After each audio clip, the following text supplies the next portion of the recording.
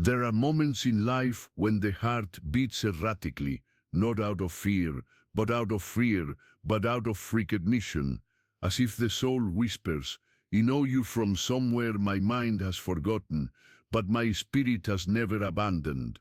Have you ever stopped to consider why certain people enter our lives like silent earthquakes, crumbling everything we thought we knew about ourselves?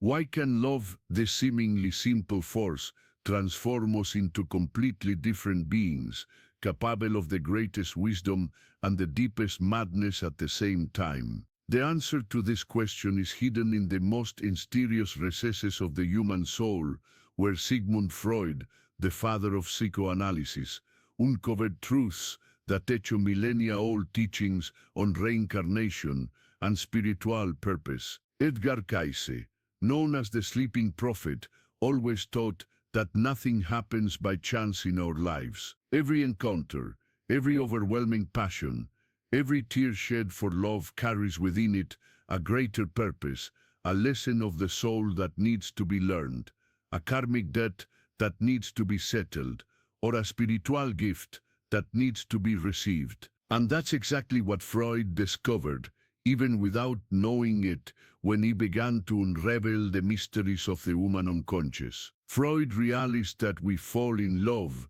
not only with the person in front of our eyes, but with something much deeper and more ancestral that they represent in our psyche. He called this projection, but Edgar Cayce teaches us that this projection is nothing more than the soul's recognition. When we fall madly in love with someone, we are, in fact, recognizing a fragment of our own essence, or finding someone with whom our soul has already danced in other existence.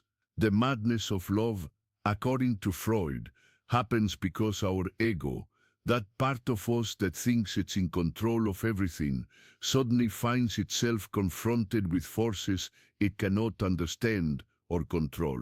It's as if a dormant part of our soul violently awakens, bringing with it memories that we cannot consciously access, but that our heart instantly recognizes. That's why love leaves us vulnerable, makes us act in ways we never thought we were capable of, transforms us into poets when we were prosaic, into brave souls when we were fearful, into madmen when we were sensible.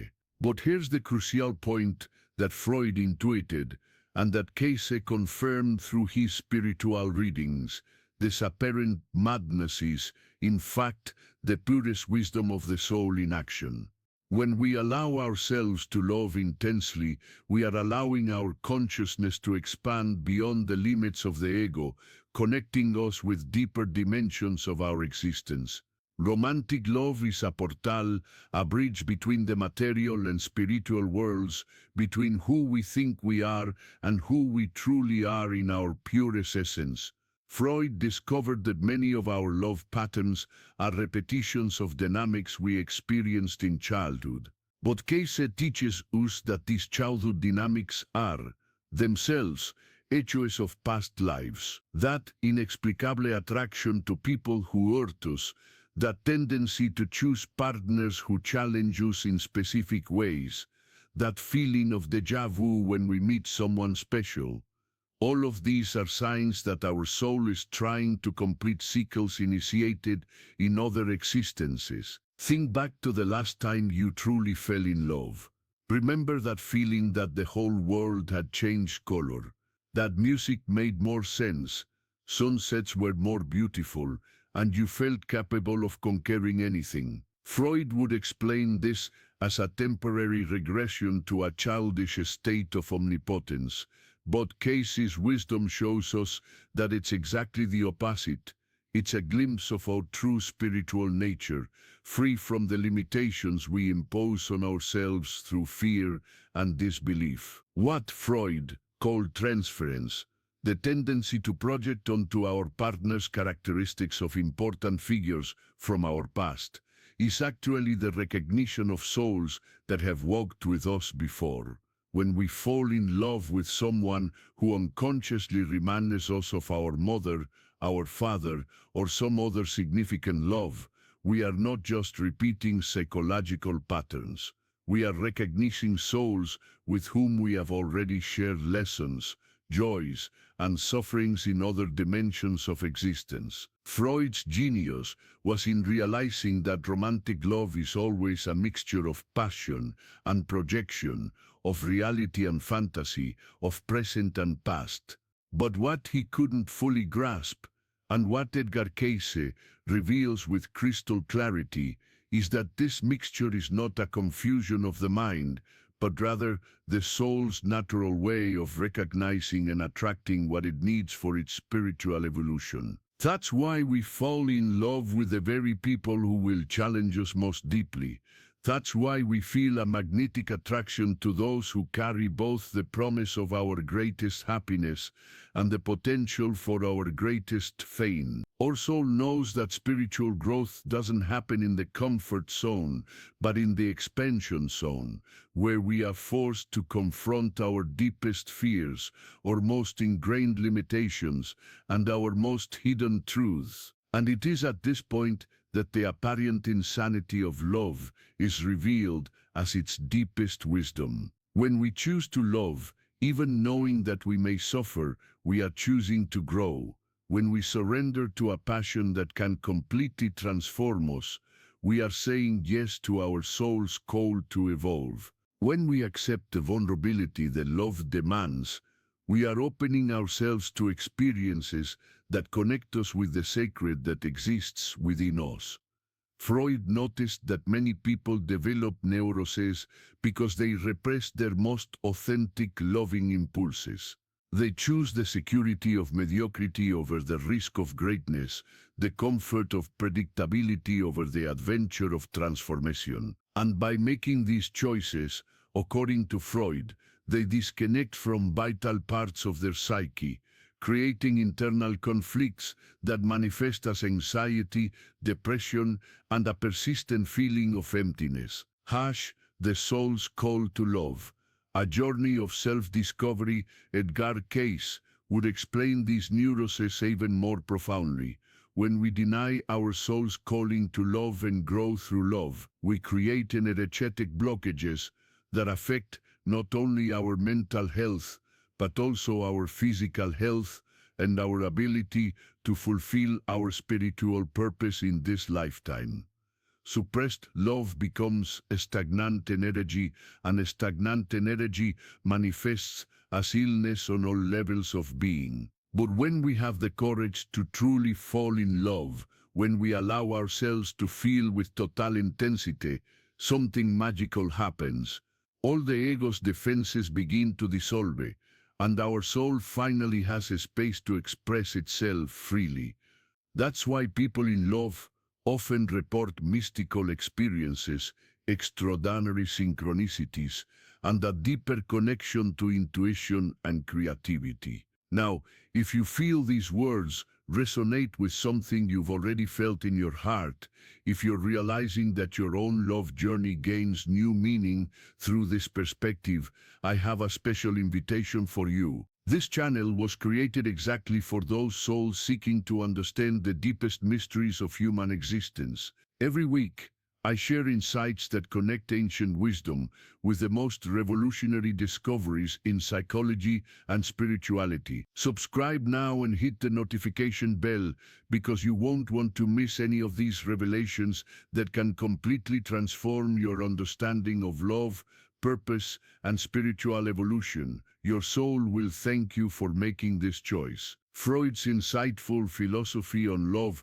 reveals something even more extraordinary, that our capacity to love is directly proportional to our capacity to know ourselves deeply. Freud discovered that the more aware we become of our unconscious patterns or hidden motivations and our unrecognized fears, the freer we become to love in a mature and transformative way. Cayce complements this view by teaching us that self-knowledge is in fact the recognition of our eternal spiritual nature. When we begin to understand that we are infinite souls experiencing temporary lives in human bodies, our perspective on love transforms radically. We stop seeking in others what we can only find within ourselves, and we begin to see each relationship as a sacred opportunity for mutual growth. This is perhaps Freud's most revolutionary discovery about love, that our ability to love another is intrinsically linked to our ability to love ourselves, but not the narcissistic love of the ego, which seeks only validation and admiration. Freud spoke of authentic self-love, which acknowledges both our qualities and our imperfections, both our light and our shadow, both our strength and our vulnerability. And here we arrive at the most beautiful paradox of love. To truly love, we need to be willing to lose control, but at the same time, we need to be firmly anchored in our own identity. We need to surrender completely, but without annihilating ourselves. We need to become vulnerable, but without becoming victims. It's a delicate balance that can only be achieved when we understand that true love does not diminish our individuality, but rather amplifies and purifies. Freud observed that the people most capable of loving deeply are those who have gone through the process of integrating their shadow. That is, those who have made peace with the aspects of themselves they preferred to deny or hide. When we accept our complete humanity with all its contradictions and imperfections, we become capable of accepting the complete humanity of the other as well. Edgar Cayce taught that each soul comes into this existence carrying both specific gifts and challenges, both specific gifts and challenges, both qualities developed in past lives and aspects that still need to be refined. When we fall in love with someone, our soul recognizes not only the gifts that person can share with us, but also the challenges they can help us overcome and the aspects of ourselves they can help us develop. That's why the most transformative relationships are often the most challenging. That's why we fall in love, precisely with people who take us out of our comfort zone, who question our limiting beliefs, who force us to grow in directions we would never have imagined on our own. Our soul knows that true intimacy is only possible when two people have the courage to show themselves completely authentic to each other, including the aspects that are still in the process of healing and development. Freud revolutionized our understanding of love by showing that it is not just a feeling, but a complex psychic force that involves multiple layers of personality. Conscious love integrates our sexuality, our emotionality, our intellectuality, and our spirituality into a unique experience of human connection. When we love with this integrality, we become more complete, more fulfilled, and more aligned with our higher purpose. But Freud also discovered something that may seem disturbing at first glance, that we often fall in love with people who represent unresolved aspects of our own psyche. That irresistible attraction we feel for someone may be signaling not only compatibility, but also areas of our personality that need attention and healing. That's why intense relationships often bring to the surface our deepest patterns, our oldest wounds, and our most primitive fears. The other person acts as a mirror, reflecting parts of ourselves that we might not have been able to see otherwise. And although this can be painful, it is also incredibly liberating, because it offers us the opportunity to heal aspects of our soul that may have been carrying trauma and limitations for many lifetimes. Edgar Cayce's perspective on karmic relationships helps us understand why certain people enter our lives so impactfully. According to his teachings, many of our most significant relationships are reunions of souls who have already known each other before, in other lives, in other contexts. These reunions are not coincidences, but rather encounters carefully orchestrated by the universe to offer us specific opportunities for spiritual growth. Sometimes we reunite with souls to complete something left unfinished. Other times we meet to forgive old hurts or to repay past kindnesses. And often we connect with souls to learn lessons together that we couldn't learn alone. Every meaningful relationship is a course in the cosmic university of consciousness evolution. Freud intuited this transcendent dimension of love when he observed that people often feel destined for one another. He realized that there's something beyond physical attraction and psychological compatibility that draws certain people together, an instant sense of familiarity, of deep recognition, of wholeness when they're together. What Freud called inexplicable chemistry. Case identified as the resonance of souls who have danced together in the grand symphony of existence. This understanding completely transforms our perspective on romantic disappointments, painful breakups, and relationships that didn't work out. When we view each romantic encounter as an opportunity for spiritual growth, every experience, however painful, becomes valuable. There are no failed relationships, only completed lessons, close cycles, and souls who have freed themselves from patterns that no longer serve their development. Freud found that many people suffer because they try to control love instead of surrendering to its natural flow. They create rigid expectations about how love should manifest, how a partner should behave, how a relationship should evolve. And when reality doesn't match these expectations, they become frustrated and bitter. But true love, as Freud perceived, is a wild force that cannot be fully tamed or controlled. It has its own intelligence, its own direction, its own timing. Our only option is to learn to dance with this force, to move in harmony with it, to trust its wisdom even when we don't understand where it's leading us. Edgar Cayce taught that this surrender to the flow of love is in fact a surrender to the wisdom of our own soul. Our soul always knows what we need to grow, even when our conscious mind is confused or resistant.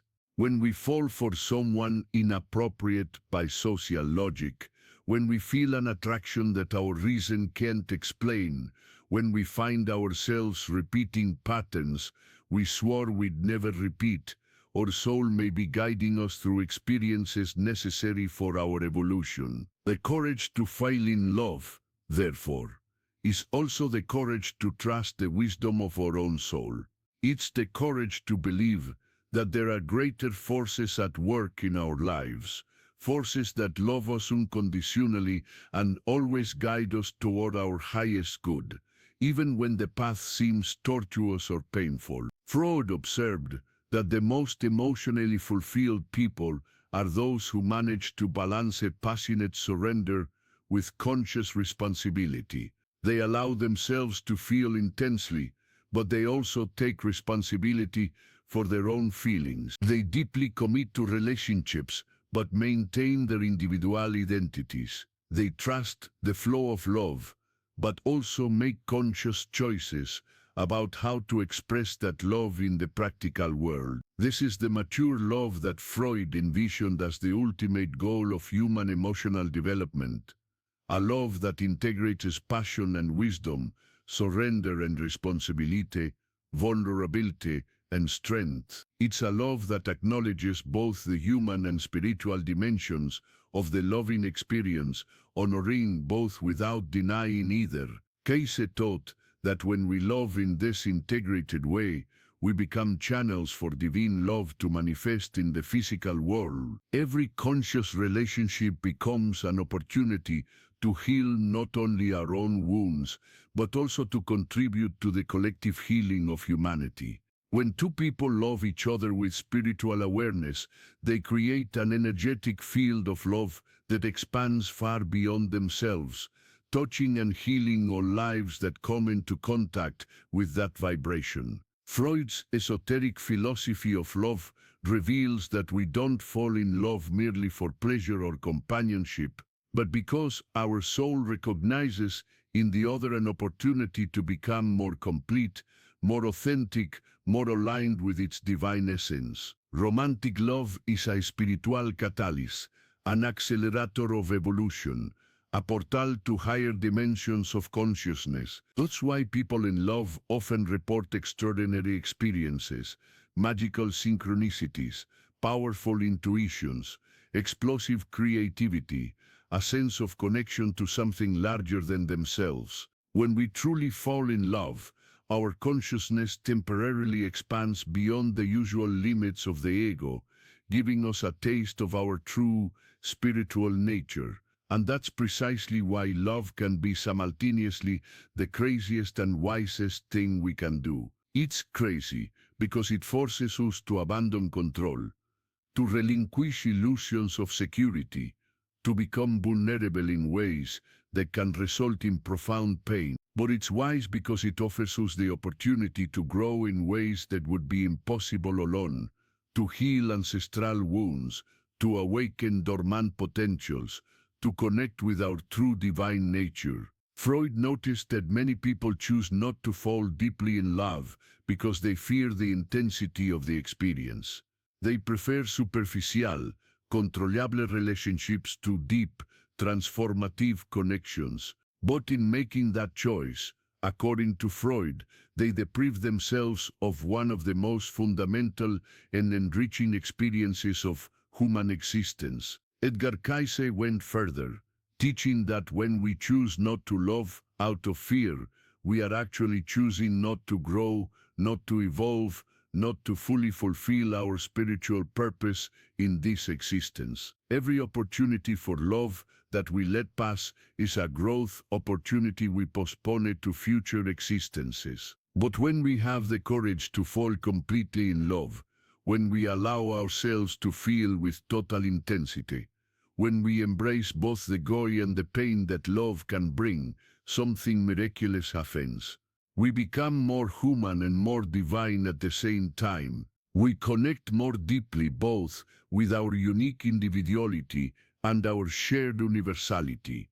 The ultimate wisdom arising from the synthesis of Freud's discoveries and Cayce's teachings is that romantic love isn't merely a personal experience, but a cosmic one. When two people consciously love each other, they participate in a process larger than themselves, a process of healing and evolution that benefits all of humanity. Every time we choose love over self-protection, forgiveness over revenge, growth over stagnation, we contribute to the elevation of collective consciousness. Our individual relationships become cells of a larger organism, contributing to the healing and evolution of the entire human species. That's why falling in love is both madness and supreme wisdom. It's madness because it challenges all our self-preservation strategies, all our illusions of control, all our attempts to keep life small and manageable. But it's wise because it connects us to forces greater than ourselves, to purposes deeper than our limited understanding, to possibilities grander than our most primitive fears. When we understand love in this way, as a spiritual force working through us to heal, transform, and elevate both our individual and collective consciousness, every relationship becomes sacred, every encounter becomes meaningful, every loving experience becomes an opportunity to serve something greater than ourselves. And perhaps that's Freud's greatest discovery about love, confirmed by the millennia-old teachings of Edgar Cayce, that when we truly love, we become instruments of the divine, channels through which universal love can manifest in the physical world. Our capacity to fall in love isn't just a human characteristic, but a spiritual function, a way in which our soul contributes to the great work of transformation and evolution happening on our planet. So when your soul whispers again, I know you from somewhere my mind has forgotten, but my spirit has never abandoned, perhaps you can receive that whisper, not as madness to be feared, but as wisdom to be embraced, an opportunity for growth to be celebrated, a divine invitation to be accepted with gratitude and courage. Because in the end, the question isn't whether or not we should fall in love, but whether we have the courage to love in the way our soul has always known was possible, completely, consciously, courageously, contributing through our personal love to the healing and elevation of all humankind. And you? Are you ready to acknowledge the whispers of your own soul, or will you still let fear decide your next dance in your eternal journey of love and evolution?